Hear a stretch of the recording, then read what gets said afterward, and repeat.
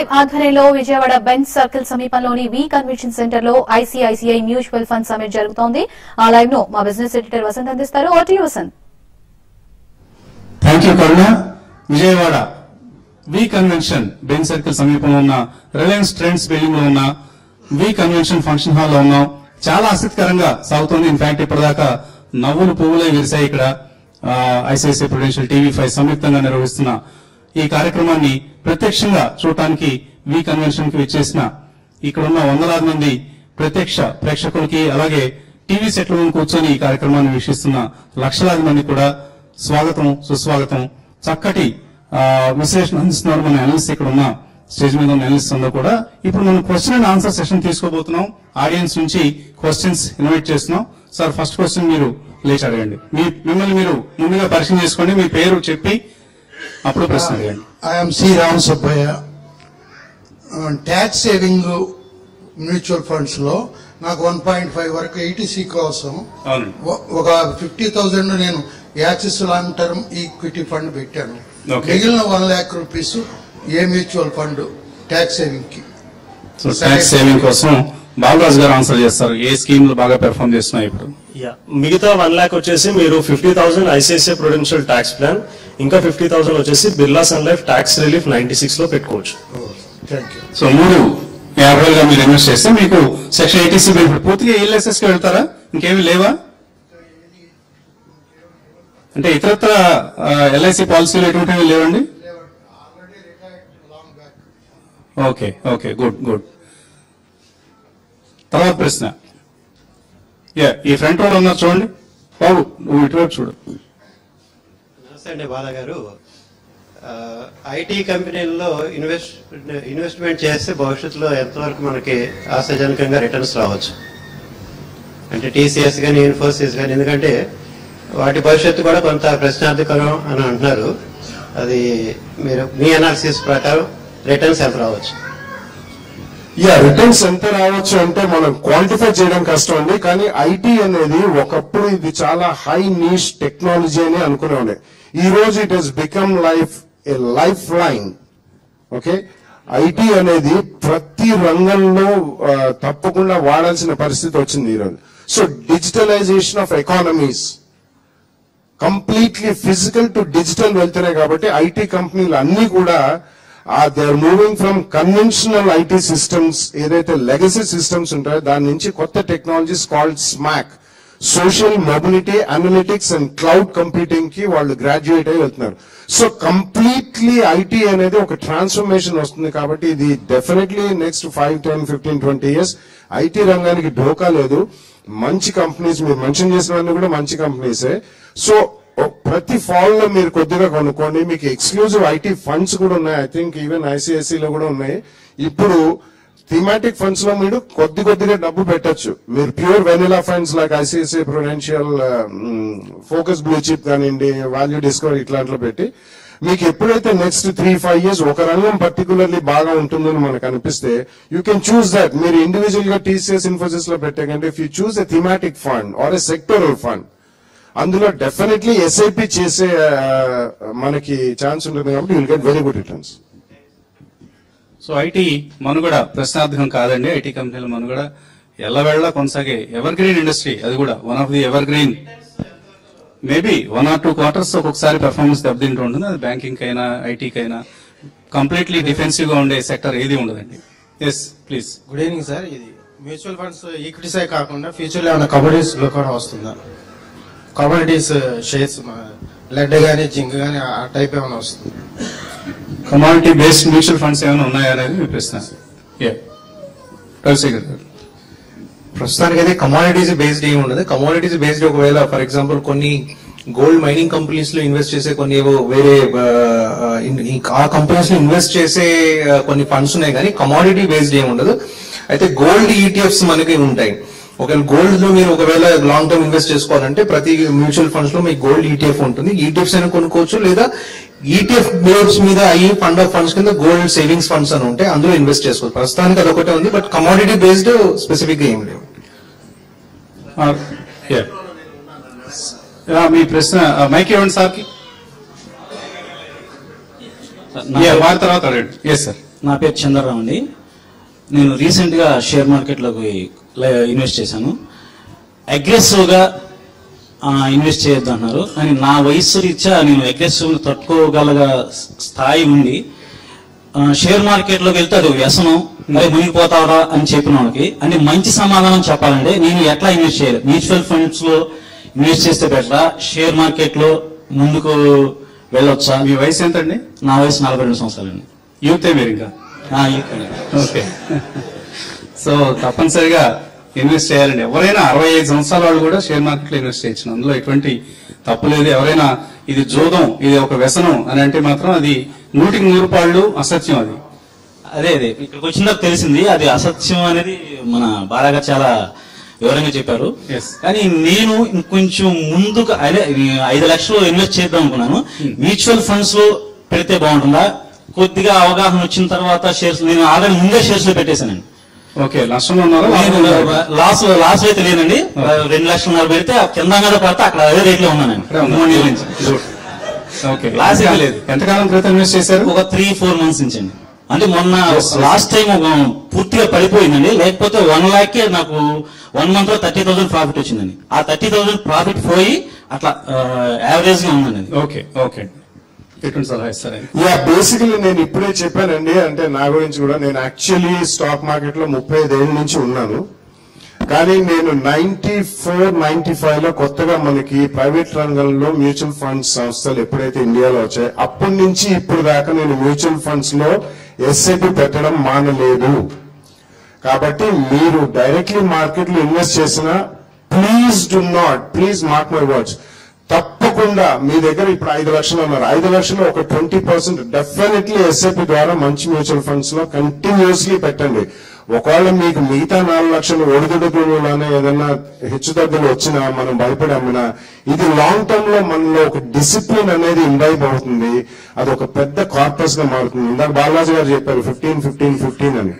So అలా definitely మీరు direct market investment చేసిన never forget mutual funds. Mutual funds లో కూడా మంచి pure vanilla mutual funds, or మీకు అవగాహన ఉంటే సెక్టరల్ మ్యూచువల్ ఫండ్స్, అండ్ కొద్దిగా సొమ్ము liquid funds or interest rates changes వచ్చినప్పుడు you can even opt for balance funds or hybrid funds కూడా చాలా ఉన్నాయి. బట్ ఎంత నిష్ణాతులైనా, ఎంతటి ఇంటెలిజెంట్ వాళ్ళైనా డైరెక్ట్ మార్కెట్ లో మాకు అవగాహన ఉంది, మేము అందులోనే సంపాదించుకోగలుగుతాం, మాకు మ్యూచువల్ ఫండ్స్ అవసరం లేదు అనే ప్రసక్తే లేదు. Mutual funds should be A part of your portfolio. అడగండి సార్. నేను టాటా స్టీల్ చాలా హైయెస్ట్ రేట్ లో కొన్నానండి. 700 దగ్గర నుంచి ఇప్పుడు 230-240 అట్లా ఉంది. ఈ రేట్ లో పికప్ చేయవచ్చా లేదా? రెండో ప్రశ్న ఏంటంటే, మ్యూచువల్ ఫండ్స్ లో మీరు 5 స్టార్ రేటెడ్ ఫండ్స్ లో పెట్టుబడి అని చెప్పి చెప్తా ఉంటారు. ఇప్పుడు 5 స్టార్ రేటెడ్ ఫండ్స్ అడిగిన మీ 5 స్టార్ రేటెడ్ ఫండ్స్ లో ఏమేమి ఉన్నాయండి? చాలా ఉన్నాయి. 5 స్టార్ రేటెడ్ ఫండ్స్ చాలా ఉన్నాయండి. ఉన్నాయి కాబట్టి దాని గురించి మనం చెప్పాం. ఓన్లీ రేటింగ్ చూసి మనం మ్యూచువల్ ఫండ్స్ లో ఇన్వెస్ట్మెంట్ చేయకూడదండి.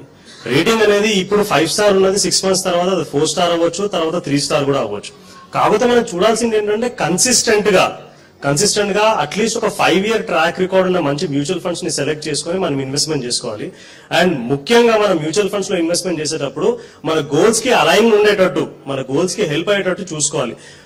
ముఖ్యంగా మనము ఈక్విటీలకి వచ్చేటప్పుడు 5 సంవత్సరాల వరకు డబ్బు ఏదైతే అవసరం ఉండదో అలాంటి డబ్బునే మనం ఇన్వెస్ట్మెంట్ చేసుకోవాలి.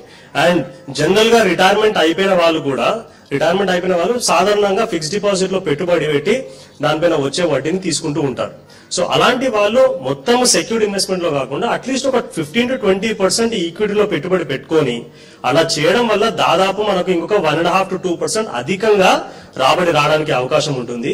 అండ్ లాంగ్ టర్మ్ లో కూడా కార్పస్ మనకు ఒక 10 సంవత్సరాలు ఉండేది ఒక 12-13 years రావడానికి అవకాశం ఉంటుంది. సో 5 స్టార్ రేటెడ్ ఫండ్స్ అనేవి చాలా ఉన్నాయండి. మనం ప్రతి వారము మంగళవారము అండ్ థర్స్డే మనం ఫండ్స్ గురించి చెప్తూనే ఉన్నాము. అండ్ అందులో 5 స్టార్ గురించి చెప్తాము, 4 స్టార్ గురించి చెప్తాము. జనరల్ గా మనం ప్రోడక్ట్ స్పెసిఫిక్ సమ్మిట్ లో మనం చెప్పకూడదు కాబట్టి చెప్పట్లేదు. సో బట్ సెషన్ అయిపోయిన తర్వాత మీకు చెప్తాను. టాటా స్టీల్ గురించి చెప్తారు రాజేంద్ర గారు.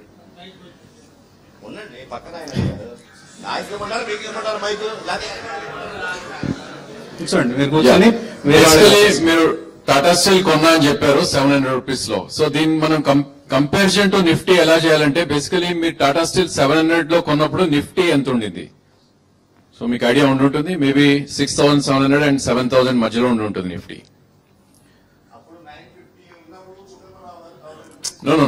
నేను చెప్పే కంపారిజన్ వేరు.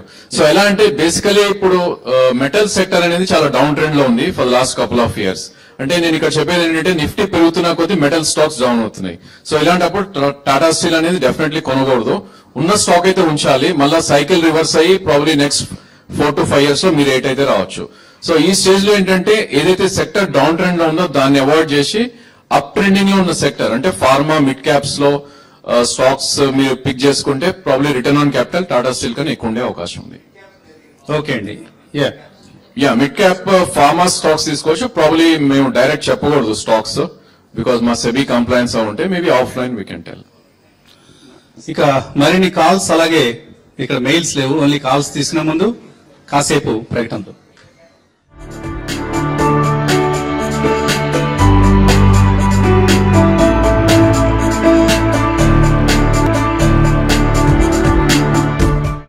అప్పటి నుంచి దాన్ని ఇంకా పెంచుకోవచ్చా? ఇప్పటికి రెగ్యులర్ కడుతున్నాను.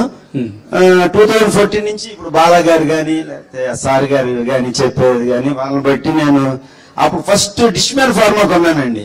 సార్ చెప్పారు, నాకు తెలియక ఒక్క 10 షేర్లే కొన్నా ఆ రోజున. అసలు ఎన్ని కొనాలో కూడా నాకేం ఐడియా లేదు. ఎన్ని కొనమంటారో నన్ను ఫోన్ లో నేను అది 10 కొన్నాను, 82 రూపాయలు. ఇప్పుడు చూస్తే చాలా అది కొంచెం పెరిగింది, అది 140, 130 కూడా అయినట్టు ఉంది. నాకు తెలియలేదు అసలు క్వాంటిటీ. అయినా అలాగే ఉంచేసాను. అది అశోక్ లేలాండ్ కొన్నాను 31 రూపాయల్లో. అవి ఎన్ని కొనాలో తెలియదు. అవి 200 కొన్నాయి, అన్ని ఉంచినానండి. ఏది అమ్మలా.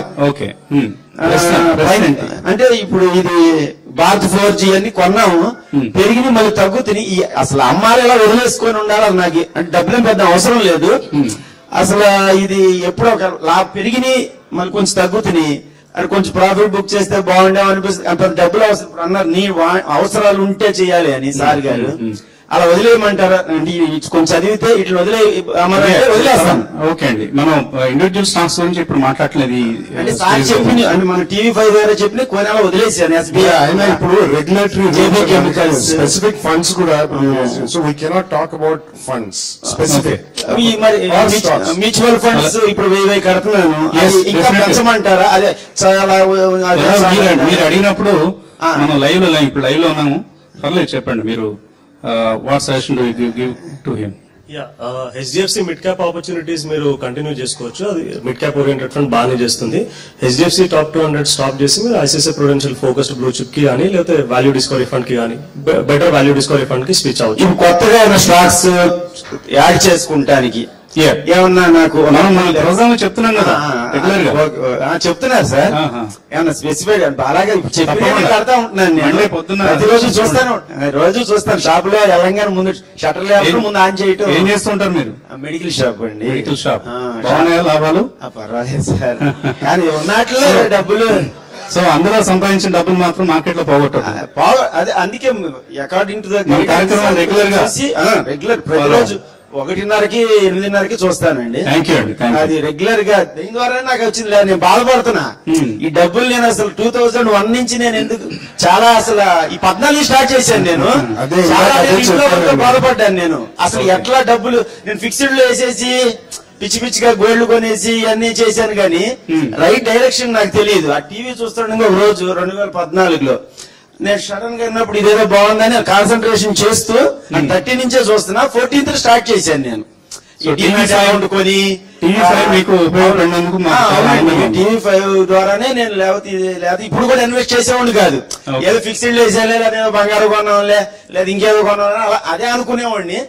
ఇది చేస్తున్నామండి. Thank you sir. మరొకరికి అవకాశం అండి.